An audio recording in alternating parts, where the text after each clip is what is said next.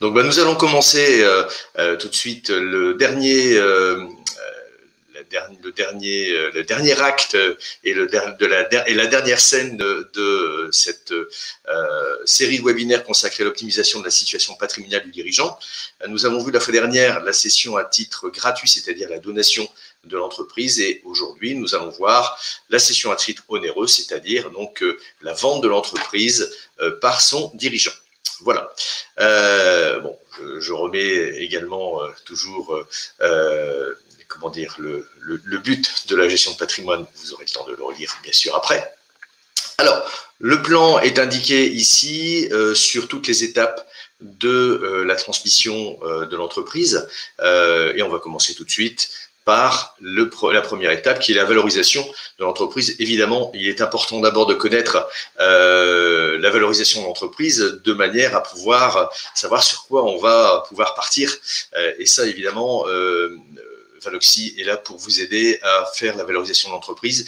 Il sera peut-être également de ce fait-là important de faire le toilettage de l'entreprise, entre guillemets, c'est-à-dire voir s'il y a l'immobilier de l'entreprise qui est dedans, qui est inscrit au bilan, peut-être le sortir pour avoir un prix moins important pour le repreneur, peut-être réviser le bail également si c'est une location via une SCI ou autre, dont vous êtes propriétaire, parce que peut-être qu'à un moment donné on a sous-estimé, et ce serait peut-être intéressant, ou pas revaloriser tout simplement, il serait peut-être intéressant de revoir ce bail pour assurer un revenu par la suite.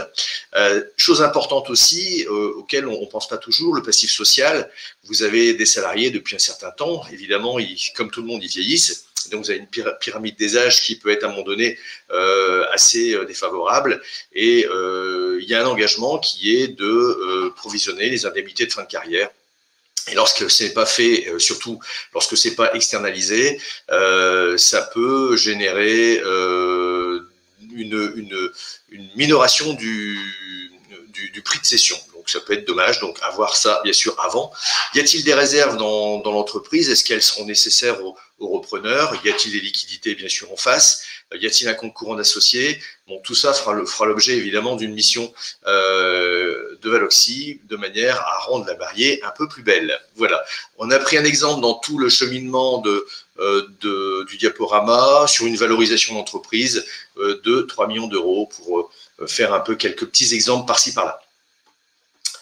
Une fois qu'on a valorisé, on peut déjà partir sur des éléments importants, des éléments concrets pour faire un bilan patrimonial qui est absolument nécessaire. Bilan patrimonial qui sera nécessaire de faire le plus tôt possible avant la session, de manière à pouvoir prendre certaines stratégies le plus tôt possible. Parce que après, quand c'est trop tard, en général, c'est trop tard. Voilà, donc la première chose dans le bilan patrimonial sera évidemment de faire le bilan retraite, c'est-à-dire de voir quels seront les revenus à la retraite, les revenus de remplacement par rapport aux revenus du travail. Évidemment, ça sera en fonction de l'âge et des trimestres cotisés. On pourra regarder aussi, et c'est très important parce que c'est souvent oublié, quel sera le montant maximum de la reversion, parce que la reversion au conjoint en cas de décès, bien sûr, s'effectue sous condition d'un plafond de ressources. Donc, à partir du moment où le conjoint survivant a suffisamment de ressources, et les ressources ne sont pas non plus énormes, puisque c'est aux alentours de 20 000 euros, eh bien, on perd déjà un morceau qui est la reversion de la retraite de base, sécurité sociale, RSI, ainsi de suite. Par le bilan retraite, on verra également à quel âge on pourra partir avec le taux plein, parce que c'est également important de vérifier cette chose-là. Je vous prends un petit exemple d'une personne qui aura 62 ans en 2022, mais 164 trimestres seulement, alors qu'il en faut 168. Donc, son taux plein arrivera à 63 ans. Pourquoi c'est important? On va y venir tout de suite après. Donc là, dans l'exemple que l'on a pris, son dernier revenu est de 8 356 euros mensuels et sa retraite nette de prélèvements sociaux sera de 3 300, donc 5 000 euros de perte. 40% de taux de remplacement. On voit ici également que le montant de la reversion sera de 1 884 euros. Ça, c'est un maximum.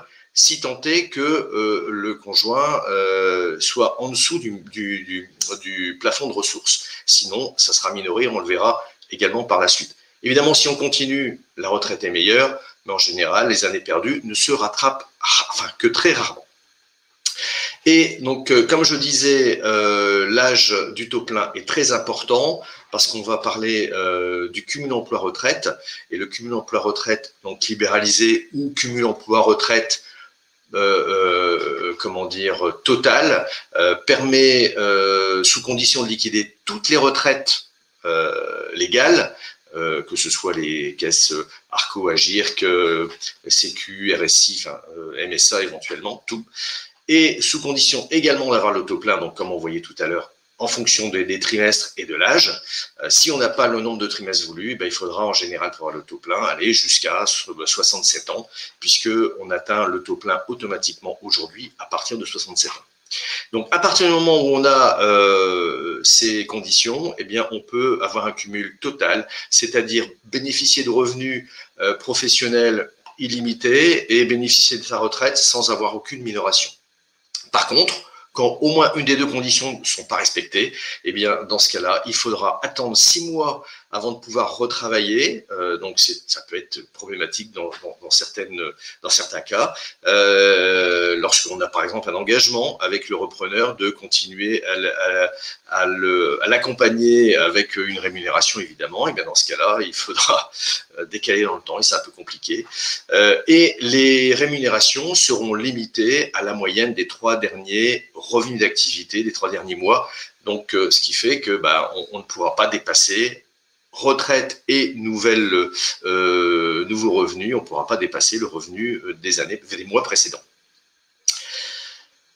Dans le bilan patrimonial, une fois qu'on a fait ce bilan retraite, on va faire une projection globale des revenus, c'est-à-dire qu'on va réfléchir en termes de budget avant la retraite. On va faire une photo de tout ce budget, c'est-à-dire les dépenses certaines, c'est-à-dire les revenus, les charges, les crédits, ce qui risque de changer au fur et à mesure des années. Et on va projeter ça également au moment de la retraite, voire même également à des moments différents. Lorsqu'il y a des moments, des années charnières, on va voir l'exemple tout à l'heure, où il y a quelque chose qui change, on va projeter au fur et à mesure du temps. Et dernière projection, du budget, on va le regarder également au décès du dirigeant, voir avec la reversion ce que ça va donner pour le conjoint, de manière à quantifier les revenus manquants tout au long de la période d'une des dernières périodes de la vie, c'est-à-dire la retraite, de manière à ce qu'on soit sûr de ne jamais manquer de quoi que ce soit.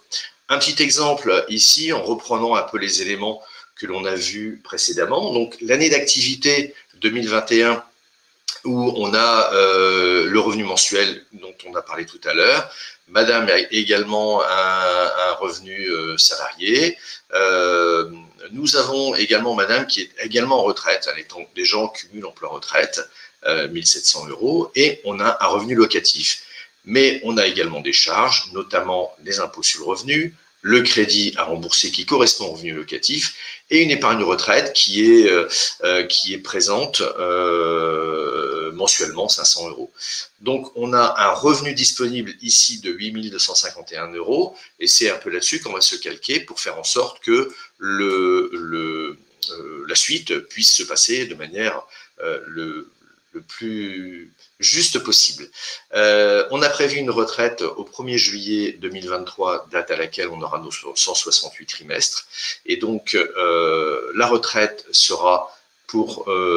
la retraite, non, je dirais. Le revenu de monsieur sera donc de moitié, non pas un demi-mois, mais sur l'année, la moitié de l'année, donc 4173, tout est divisé par 2, en quelque sorte, de manière à ce que on puisse voir tout ça. Et on a également une demi-retraite qui apparaît ici pour voir un peu comment ça se passe sur l'année 2023, qui est l'année charnière. L'année suivante, c'est l'année pleine de retraite 2024, et avec les mêmes éléments, revenus remplacés par la retraite, on a un revenu disponible. Évidemment, on voit que les impôts baissent, ce qui est logique puisque les revenus sont moindres. Le revenu disponible qui passe à 4140 €. Donc, il faudra à ce moment-là générer un revenu complémentaire pour pouvoir améliorer la situation. Et on a une situation qui s'améliore en 2028, puisqu'on a un crédit, vous voyez ici, qui était compensé par le revenu locatif, qui est toujours revenu locatif, qui est toujours présent, mais par contre le crédit qui lui s'éteint, et donc de ce fait-là, on a un revenu supplémentaire, et on a une charge supplémentaire, puisqu'on avait la voiture auparavant qui était prise en charge dans l'entreprise et qui ne l'est plus, donc on a pris une location, un crédit, quelque chose comme ça. Voilà, et puis dernière étape, au décès du dirigeant, où là, effectivement, on a juste une pension de reversion, des charges qui diminuent évidemment, et donc un reste à vivre qui est de 4 425 € pour le conjoint. Une fois qu'on a déterminé ce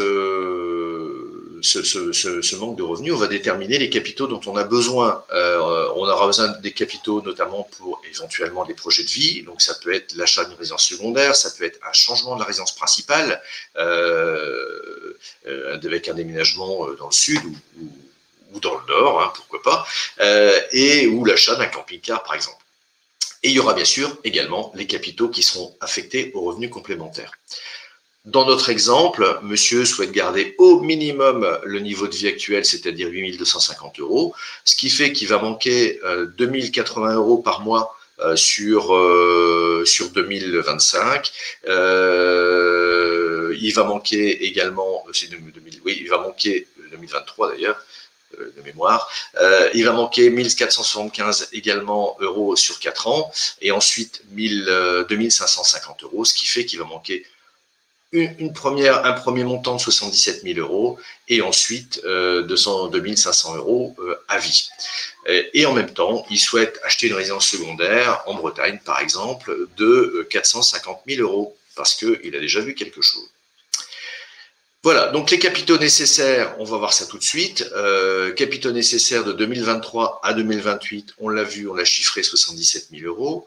La résidence secondaire, 450 000 €. Et pour générer 2550 € à vie, tout dépendra à quel montant on va placer. Alors, on ne va pas dire non plus qu'on a évidemment on a le choix de dire je veux 1%, 2%, 3%, 4%, et ainsi de suite. Ça va bien sûr dépendre du mode de détention déjà, on verra ça tout à l'heure, et ça va dépendre aussi du support d'investissement. Plus les supports d'investissement seront, on va dire, hyper sécurisés, et moins le rendement sera important, et plus il faudra de capitaux pour générer un revenu complémentaire. On verra ça dans le détail tout à l'heure lorsque on parlera du remploi des capitaux. Mais à titre d'exemple, ça peut aller de 3 millions à 765 000 si on passe d'un revenu de 1 à 4%. Dans l'étude patrimoniale, on fera évidemment également une étude successorale, puisque ça sera le moment de se poser aussi des questions. Est-ce qu'il ne faut pas faire des donations, profiter de l'occasion, puisqu'on va avoir des capitaux pour faire des donations, ou pas? En général, on réfléchit donation en se disant j'ai droit à faire une donation de 100 000 € par enfant, et donc sans être taxé, et donc je vais donner 100 000 €. C'est en général un mauvais calcul, puisque quand on calcule avec la fiscalité, on ne réfléchit pas sur une modalité économique, et nous justement toutes les étapes, c'est de mesurer les capitaux qui sont nécessaires, et donc de se dire qu'on ne pourra bien sûr donner que ce dont on est sûr de ne jamais avoir besoin. Donc là, dans notre exemple, monsieur est marié en séparation, enfin, monsieur et madame sont mariés en séparation de biens, ils ont une donation entre époux, ils ont 2 enfants. Le patrimoine de monsieur, puisqu'ils sont en séparation, l'entreprise est dedans, est de 3 735 000, et d'ailleurs la résidence principale est dans le patrimoine de madame. Les héritiers sont madame pour l'usufruit et les enfants pour la nue propriété. Calcul du montant des droits à payer, l'actif successoral de 3 735 000. Madame a moins de 71 ans, donc sa valeur de l'usufruit, c'est 40%, donc 1 494 000. Les enfants, la valeur de la nue propriété, 60%, donc divisé par 2, ce qui fait par enfant un actif taxable d'1 120 000 €. Donc, avec les barèmes progressifs, on atteint les tranches à 40%, et ce qui fait donc 261 000, pour arrondir, euros par enfant. Donc, quand même, une petite ardoise de 522 000 € à laisser à l'État au jour du décès si on laisse tout dans l'état. Bon, déjà, ce qu'il faut se rassurer, c'est que ça baissera un peu mécaniquement, puisqu'une fois qu'on aura vendu l'entreprise, on aura payé évidemment des plus-values, donc le montant taxable sera un petit peu plus faible. On se rassure comme ça. Dans le bilan patrimonial, donc, suite à ça, on va envisager, comme je le disais tout à l'heure, des donations. On aura possibilité de donner, évidemment, comme je disais, ce dont on est sûr de ne jamais avoir besoin. On pourra donner, bien sûr, une fois qu'on a cédé, mais dans ce cas-là, on aura déjà payé de la plus-value, de l'impôt de plus-value sur les titres. Donc, il est peut-être plus intéressant de donner des titres avant la cession. Comme ça permet de purger la plus-value et on donne une valeur qui est, si on donne, comme j'ai dit tout à l'heure, 100 000 euros, ça sera réellement 100 000 euros. Il n'y aura pas de déduction qui sera faite.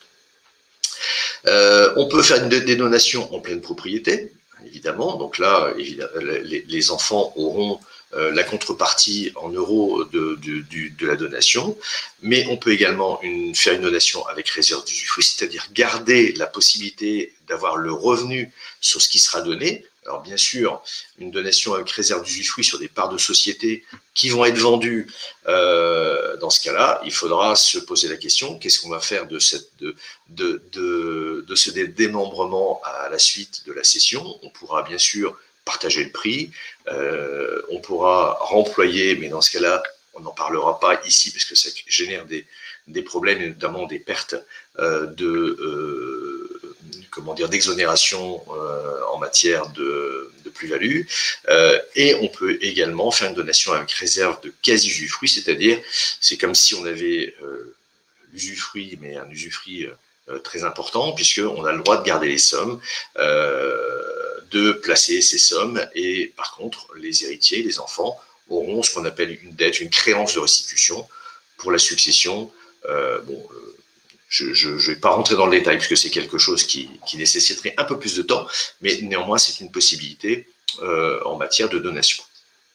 Par exemple, sur les 3 millions d'euros de valorisation de la société, on pourrait très bien déjà donner notre maximum non taxable au niveau succession, au niveau donation, c'est-à-dire 100 000 euros de titres par enfant en pleine propriété, puisque dans ce cas-là, ils auront leurs 100 000 euros en totalité, et donner une autre partie des titres à déterminer, et là en fonction du besoin de capitaux, et donc en fonction des placements qui seront faits par la suite, donc il y aura un réglage à faire. On peut donner une partie des titres avec réserve de quasi-usufruit, c'est-à-dire que dans ce cas-là, comme je disais, le donateur, donc le dirigeant, aura bien les capitaux entre ses mains, qu'il va pouvoir placer comme bon lui semble, pour notamment générer des revenus complémentaires. Et au décès, cette partie, je dirais, qui a été donnée sera non taxée, puisque il y aura déjà eu des droits de donation qui auront été payés sur cette partie. Troisième point très important au niveau du schéma de la transmission, c'est déterminer le type de cession. On peut avoir, tout dépend à qui on a affaire, évidemment, à quelle société, quel genre de fonctionnement. On peut avoir une cession de fonds de commerce dans une société, parce que on peut très bien avoir un repreneur qui a déjà sa société et qui ne veut pas racheter des parts, des titres, mais qui veut racheter que la clientèle, par exemple. Donc, dans ce cas-là, on aura une plus-value professionnelle qui sera enfermée dans cette société à l'IS notamment. Le cash également sera dans la société. On aura payé des plus-values effectivement à l'IS sur le produit de cession, sur la plus-value de cession. L'investissement s'effectuera dans la société avec une rémunération sous forme de revenus ou de dividendes, ou alors, si on ne veut pas évidemment garder la société, il faudra la liquider, et dans ce cas-là, avec une deuxième taxation qui sera identique à un dividende.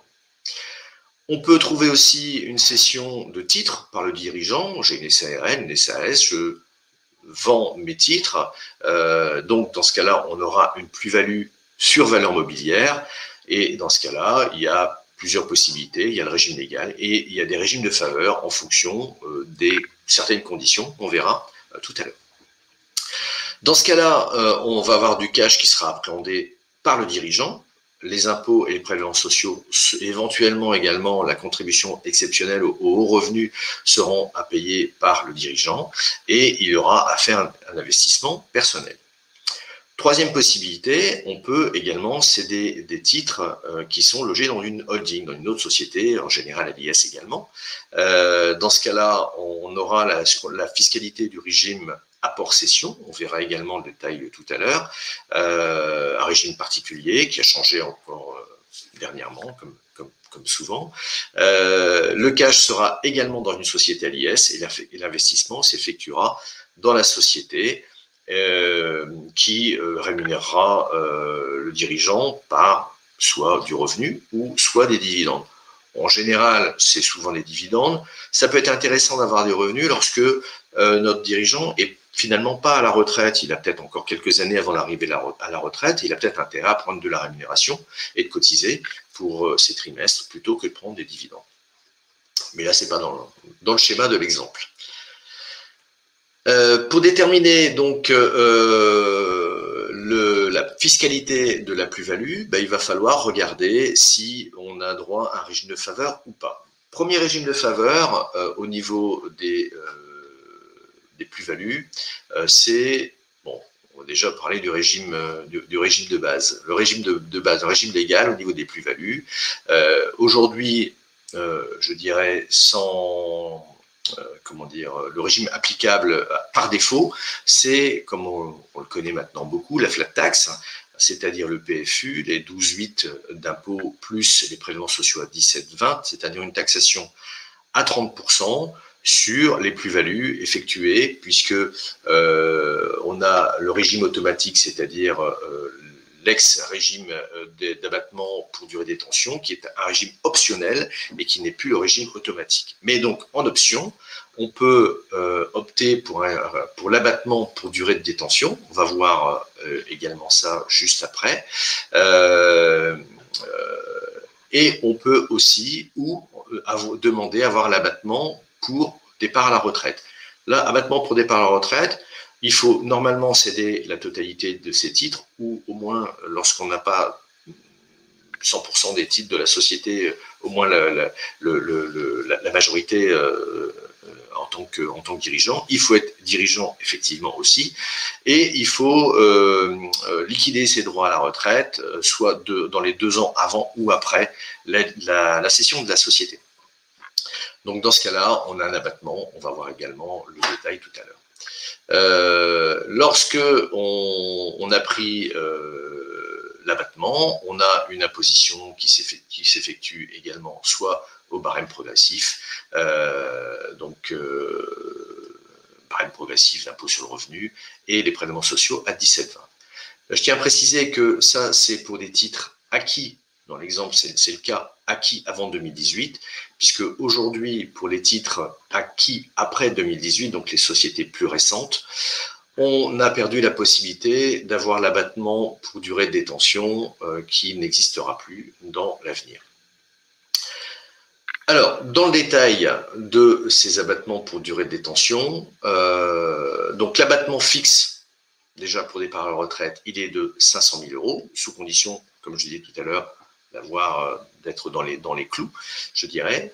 Et après, ensuite, l'abattement pour durée de détention, vous avez l'abattement légal, on va dire de droit commun, et vous avez l'abattement renforcé lorsque, ce qu'on appelle PME nouvelle, lorsque vous avez soit créé la société ou que vous avez racheté une société qui avait moins de 10 ans lorsque vous avez racheté cette société.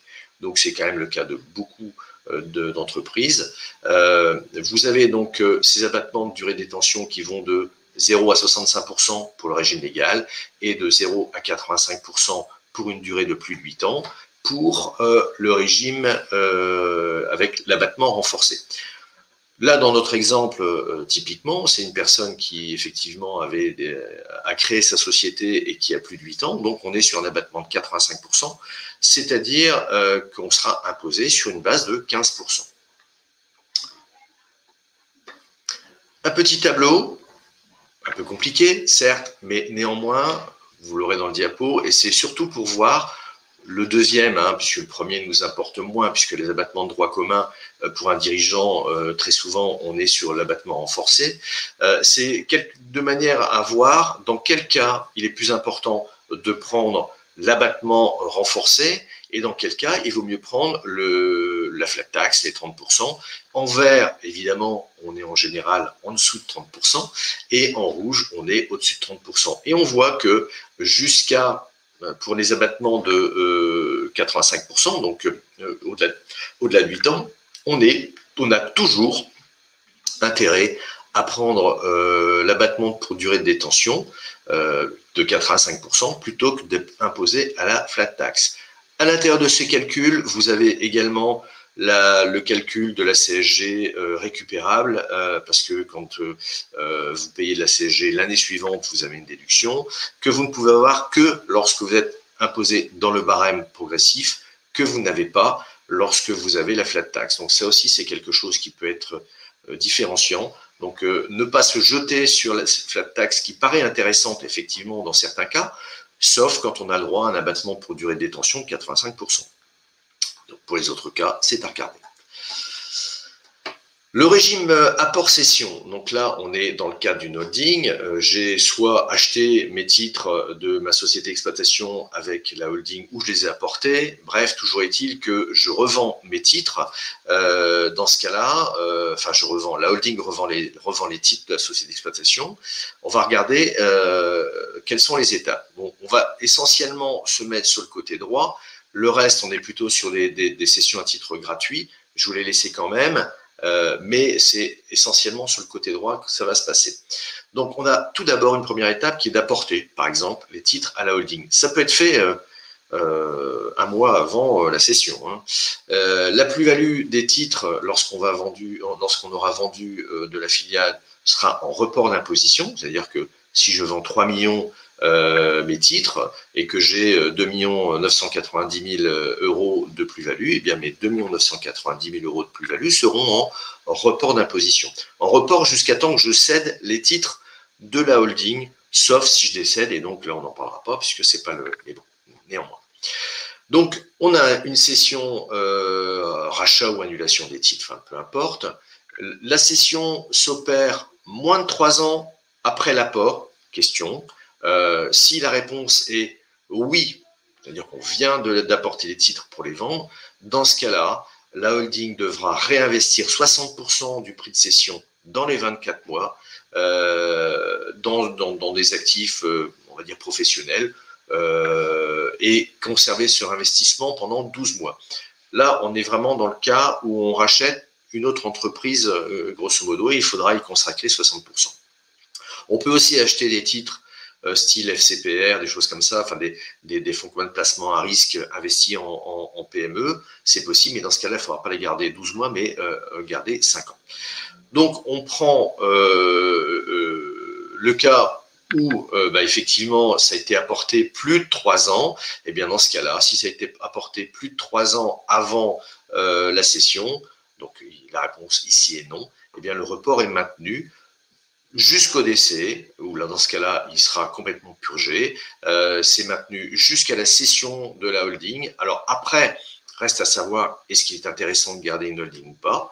On verra tout à l'heure, en fonction de ce qu'on souhaite faire des capitaux.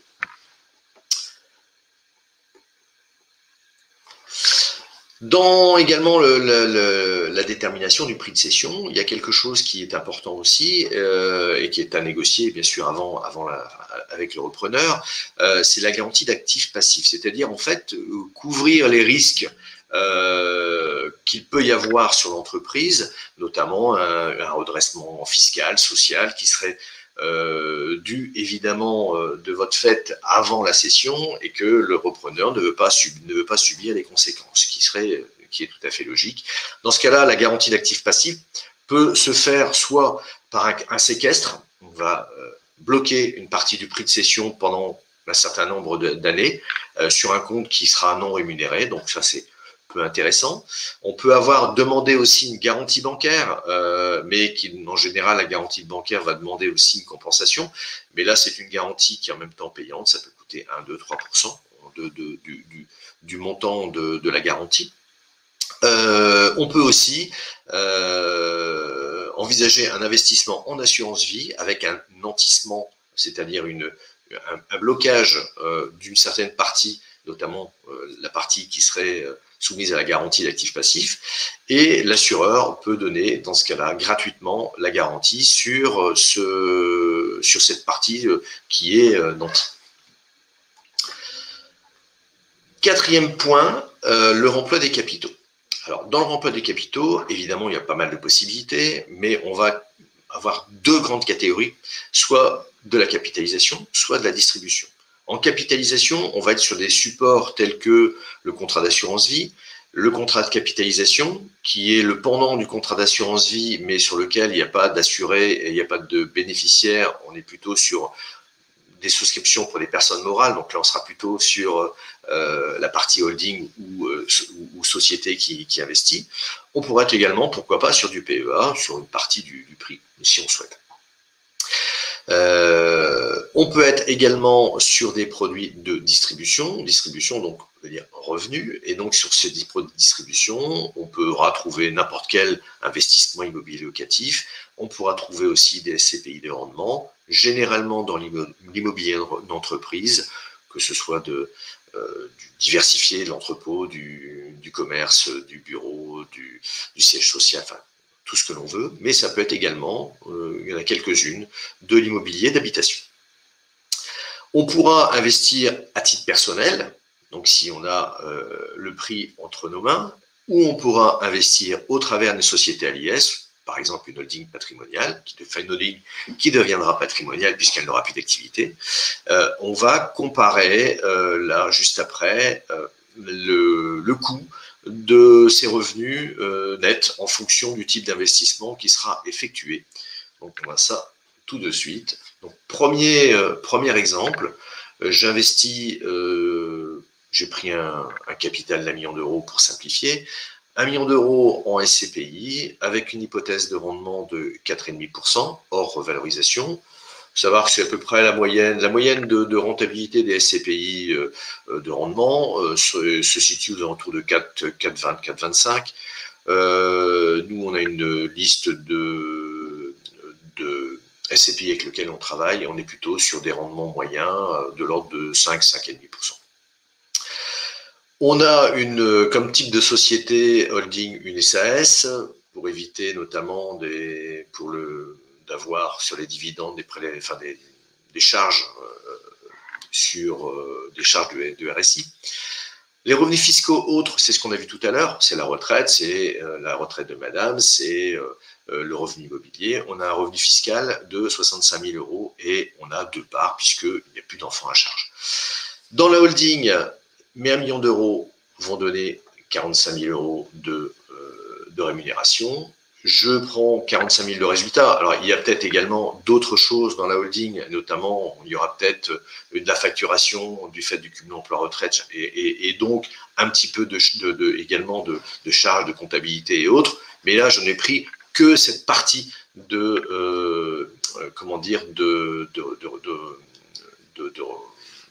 revenus et de résultats.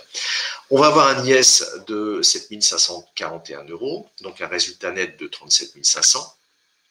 J'ai deux possibilités au niveau de l'imposition de mon dividende, soit avoir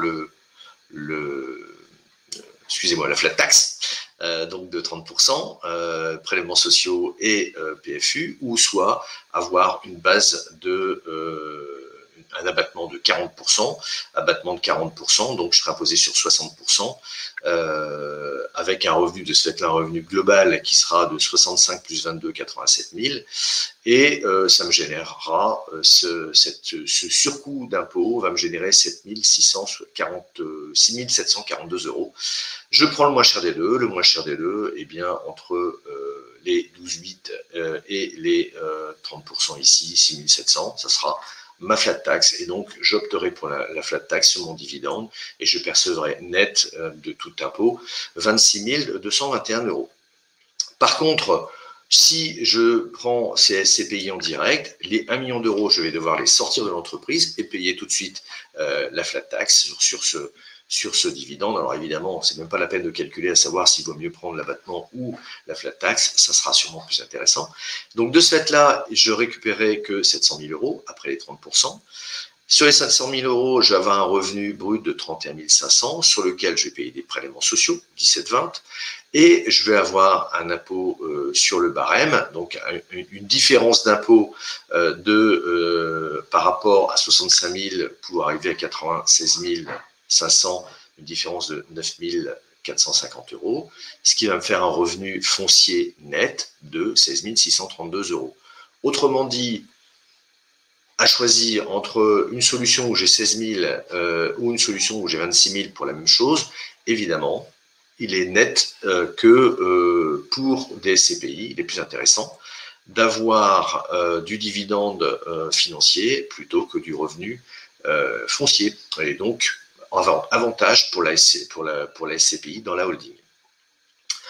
Maintenant, on est non plus dans la... Maintenant, on n'est plus dans l'investissement d'une SCPI, mais dans l'achat d'un produit de capitalisation, une assurance vie à titre personnel ou un contrat de capitalisation dans la société.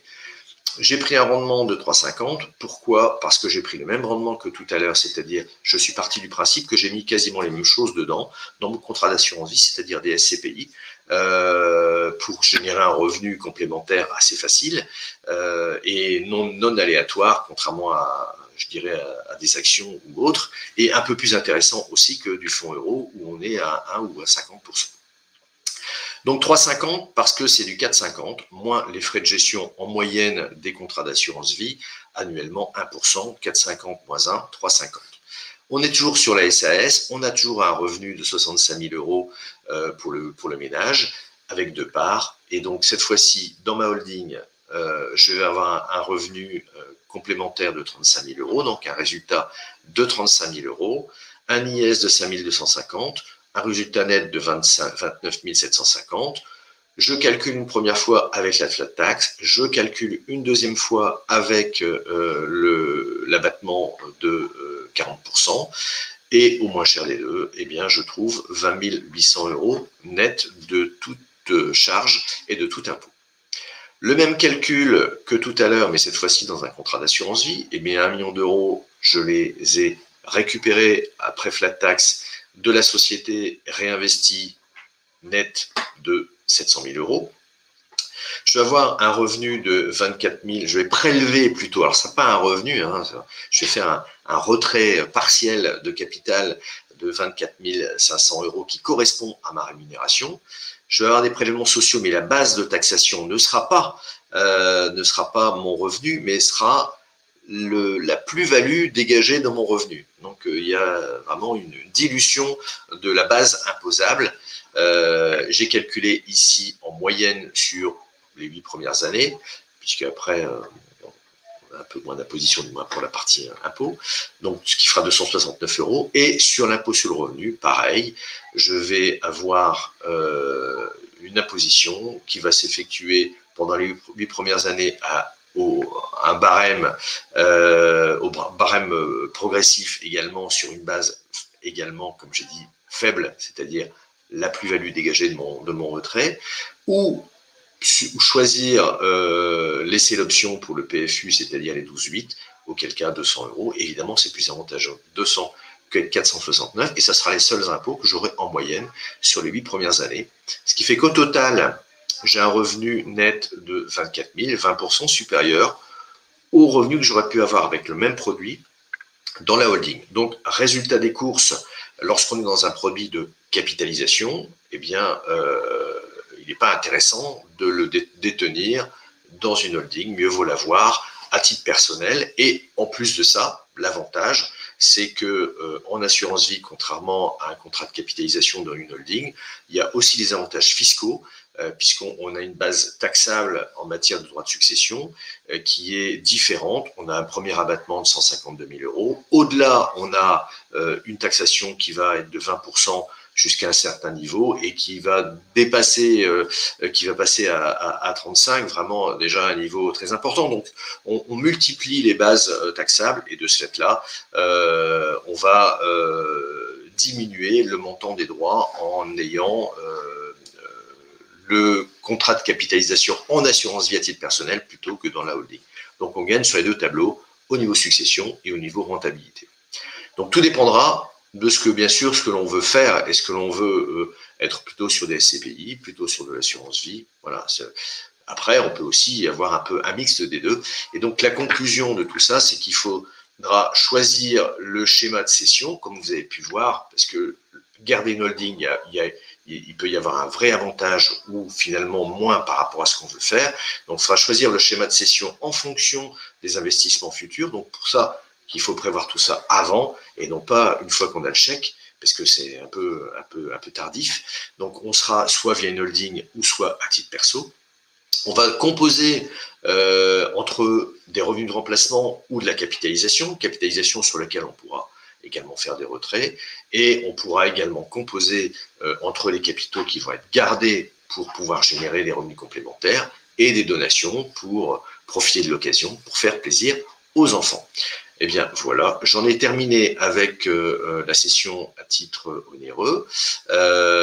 Merci de votre attention. Je vous remets la petite équipe d'Agora Conseil Boulogne et Lille pour Thomas et moi notamment, et puis le cabinet de Saint-Martin. Maintenant, je suis à votre disposition. Si vous avez des questions, je vais les lire sur le support.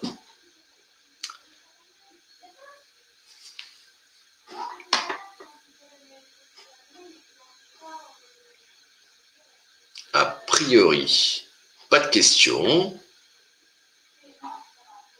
C'est que tout est clair. Mais écoutez, c'est parfait. Je vous dis à une prochaine fois. Au revoir.